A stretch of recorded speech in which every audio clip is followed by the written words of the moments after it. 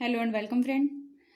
मध्यकालीन भारत की शुरुआत करते हैं हम लोग। इससे पहले हमारा आधुनिक भारत चल रहा है, वो ये वाला मध्यकालीन भारत और आधुनिक भारत दोनों साथ साथ चलते रहेंगे। तो मध्यकालीन भारत में क्या क्या हुआ, कहाँ कहाँ से कौन से क्वेश्चन बन सकते हैं, तो वो महत्वपूर्ण है, तो हम यहाँ पे इसको पढ़ेंगे। तो शुरुआत करते हैं मध्यकालीन भारत की, कैसे करके अरबी, ईरानी, तुर्की ये भारत में प्रवेश किया। तो आइए देखते हैं इस्लाम धर्म का उद्भव कैसे हुआ। अरब के रेगिस्तान में इसकी उत्पत्ति हुई, यानी कि पूरा अरब जो रेगिस्तान है, अरबी जो एरिया है, यानी कि सऊदी अरब वाला एरिया के रेगिस्तान में इस्लाम धर्म की उत्पत्ति हुई।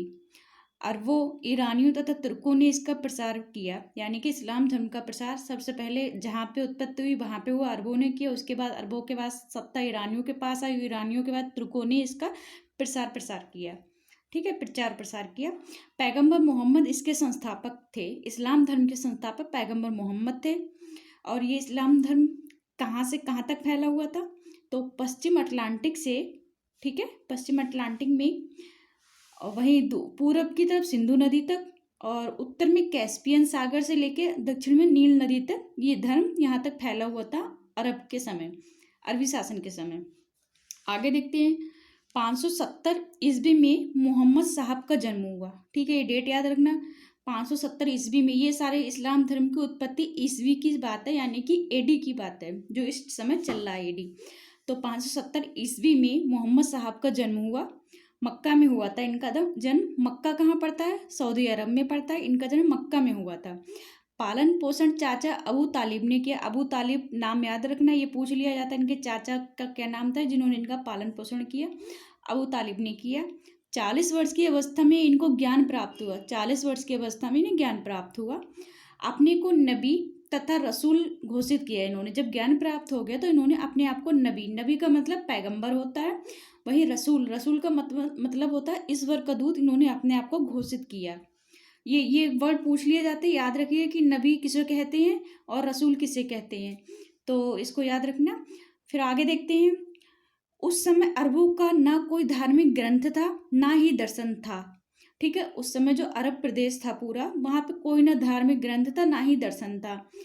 तीर्थ स्थान काबा था, यानी कि सऊदी अरब में जो तीर्थ स्थान था, जहाँ वहाँ के लोग जिसे मानते थे, पवित्र स्थल मानते थे, जहाँ उनकी श्रद्धा होती थी, वो काबा था। ठीक है, जहाँ देवी देवताओं की मूर्तियां थी, वहाँ अभी इस्लाम धर्म नहीं आया था, वहाँ पे अभी जितने भी सारे लोग थे देवी देवताओं की मूर्तियों की पूजा करते थे, जिनके नाम क्या हो सकते थे, हो सकता है ये पश्चिम एरिया का कल्चर रहा हो, जिनके उनके नाम ये हैं। लाट था उनका, देवी देवताओं के जो नाम थे मूर्तियों के, वो क्या रखते थे?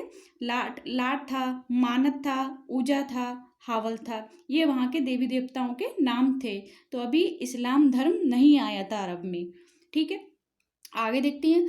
अरब में यहूदी तथा ईसाई धार्मिक विचार थे। ठीक है, अरब में जो पूरा जो अरबी एरिया है, पूरा सऊदी अरब वाला, रेगिस्तान वाला, वहाँ यहूदी और ईसाई धार्मिक विचार थे अभी।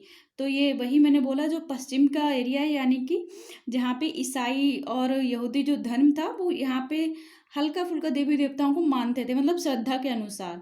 तो ये धार्मिक विचार थे वहाँ। मूर्ति पूजा को गलत माना तथा एक अल्लाह में विश्वास के बारे में मक्का में उपदेश दिया। किसने? पैगंबर मोहम्मद साहब ने। इनको जब ज्ञान हो गया तो इन्होंने ईश्वर को माना, ईश्वर यानी कि अल्लाह, इन्होंने सिर्फ अल्लाह को माना, मूर्ति पूजा को इन्होंने गलत माना, और अल्लाह में विश्वास के बारे में इन्होंने उपदेश दिया, जिससे इन्हें मक्का छोड़ना पड़ा। क्योंकि मक्का में क्या थी? देवी देवताओं की पूजा होती थी। वहाँ के लोगों ने इनके विचारों को, मूर्ति पूजा को इन्होंने गलत माना कि ये कौन है जो हमारे देवी देवताओं की मूर्तियों को हटाने के लिए बोल रहे हैं, विश्वास करने के लिए बोल रहे हैं, विश्वास से क्या होता है ये। तो इन्होंने गलत माना और मक्का से इन्हें बाहर भेज दिया कि इन्हें मक्का छोड़ना पड़ेगा। तो आज का टॉपिक बस यहीं तक, आगे हम देखेंगे नेक्स्ट वीडियो में। तब तक के लिए इतना ही।